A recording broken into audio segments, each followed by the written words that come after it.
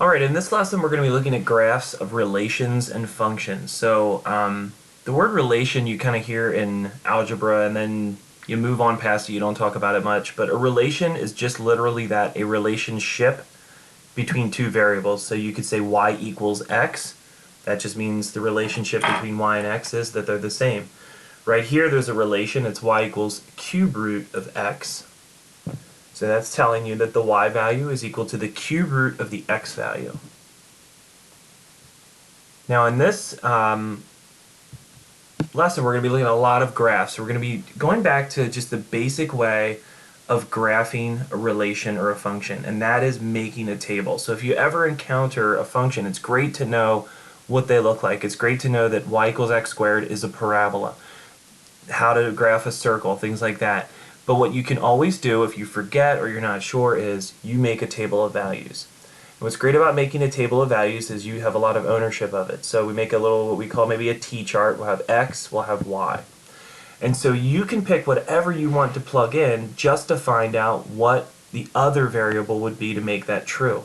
So for example, if I said x was 0, well, the cube root of 0 is 0, because 0 times 0 times 0 is 0. Likewise, if x was 1, then the y value would be 1. And so when we make a table, we kind of traditionally, put in a couple points. 0, 1, and 2 are favorites, especially if you're graphing a line, and you might remember graphing a line that 3 points is what you need to make that happen. Really only 2 and then a third to ensure that you didn't make a mistake. But with other functions, we need to incorporate more points in order to determine the behavior, like the curvature of it. So maybe we'd move on to 2. But right here would be the first part that I think would pose a bit of a challenge to someone, because I'm going to write up here what we're saying is y is equal to the cube root, the cube root of 2. Well, that's a decimal, right? Because there's no integer right off the top of our head that we would multiply times itself 2 more times, or a total of 3 that would equal 2. So we could get a calculator and evaluate that. It's kind of defeating the purpose a little bit. If we have a calculator, we might have a graphing calculator, we could look at it, but what we can do is, like I said, we have ownership of what we plug in. So we kind of catch on that, all right, I want to pick easy points here. So I happen to know, like, if I'm working backwards with a cube root, then the reverse of that's cubing. We're going to talk about that idea of inversing or going backwards later on in this module. But I'm going to pick a more convenient point, like 8. And the reason I'm picking 8 for x is because the cube root of 8 is 2. So now I have a little something to work with. So I'm going to go over to my graph. I've got a point at 0, 0. I've got a point at 1, 1. And then over here I have a point at 8, 2. So we've got 3 points on the graph. But what we have to consider is, so we see this idea that it's kind of curving its way down a little bit, but we have to consider, what about negatives? What's happening on the left? So I am able to take the cube root of a negative. So the cube root of negative 1 is negative 1. The reason that works is negative 1 times negative 1 times negative 1 is equal to negative 1. So, again, likewise, I can skip ahead. I don't want to do a 2 because that's going to give me a decimal. I can do negative 8, and the cube root of negative 8 is negative 2. Well, now I have some other points to put on the graph. Negative 1, and negative 8, negative 2.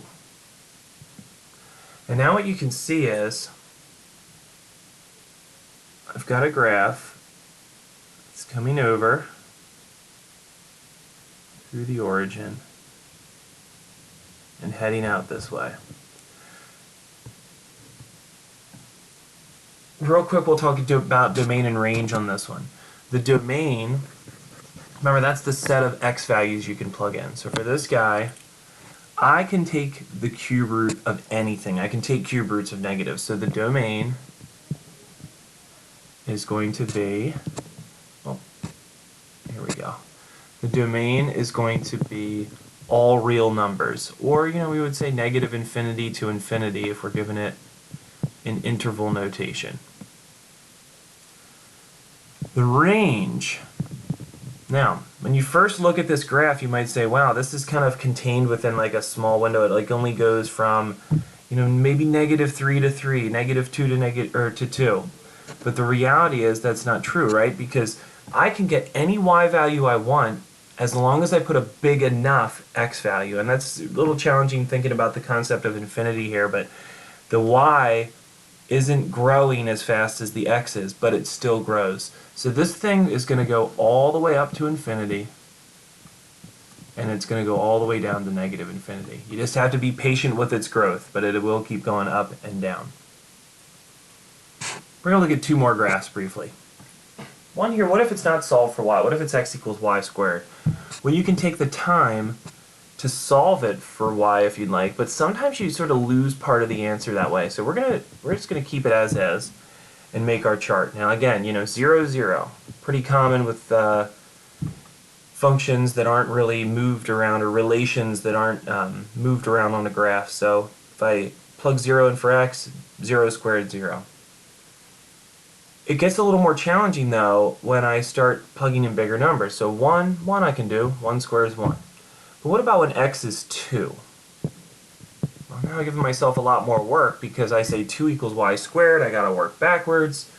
But what we can do again is we have the freedom to plug in whatever we want. So in this one, what I would argue is I think it's a lot easier to plug in values for y. So I'd put a 2 in for y and see what happens. Well, that's easy because now it's just x equals 2 squared. 2 squared is 4, so we got 4 comma 2.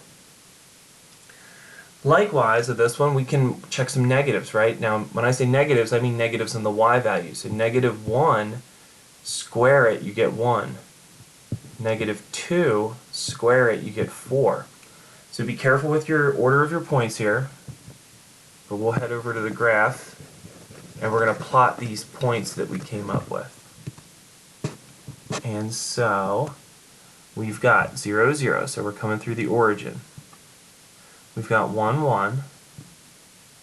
We've got 4, 2. It's right there. We've got 1, -1. And we've got 4, -2. So what we have is a graph that's coming over, down through the origin, and over this way. Not lined up too well there on the touch screen, but you get the idea. And what it is it's a sideways parabola. Now, we won't even talk about domain and range on this one because it fails the vertical line test. It's not a function. That doesn't mean it's not a relationship, but it's not a function. Last one to look at, this guy here, y equals square root of 25 minus x squared. This might look kind of familiar. We'll make a table again just to start, and we'll see where that takes us. But if I start with an easy point, I'll put a 0 in for x.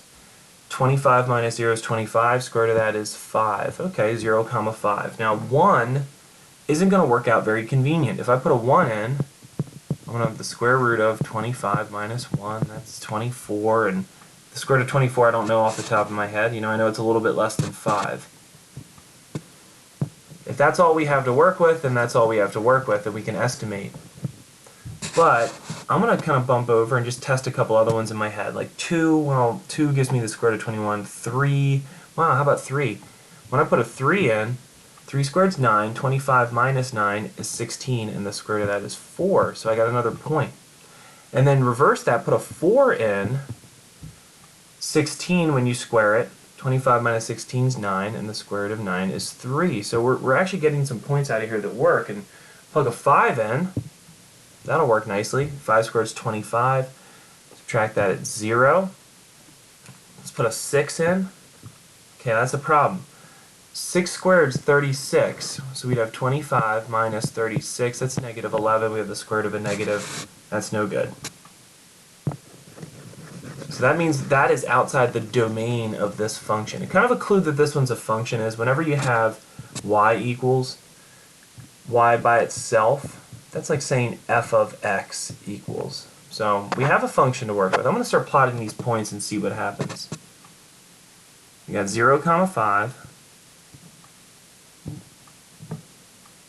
We've got, hold on a sec, we got 0, 5. We got 3, 4. we got 4, 3, and we got 5, 0.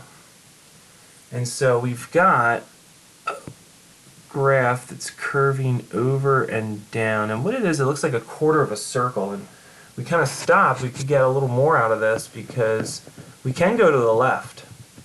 We can plug a -1 in. I'm sorry, let's go a little more. Let's put a -3 in. Square that. Take it away from 25. Square root. We actually have a 4. What this graph is it's a semicircle.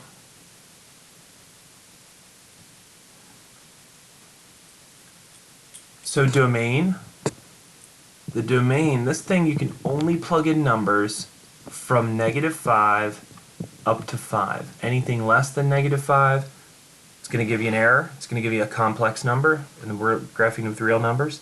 Plug in anything more than 5, same problem. Range, remember on the graph we can look at just like how low and how high it goes. So it goes down here to 0, goes up here to 5. It does include those points. So the range is from 0 to 5. Now, semicircles, this is an interesting graph because to me this is one of the ones where you would say it's worth it to know the format of the equation. So semicircles are always of the form y equals the square root of the radius squared minus x squared. So that's an r there, the radius squared minus x squared.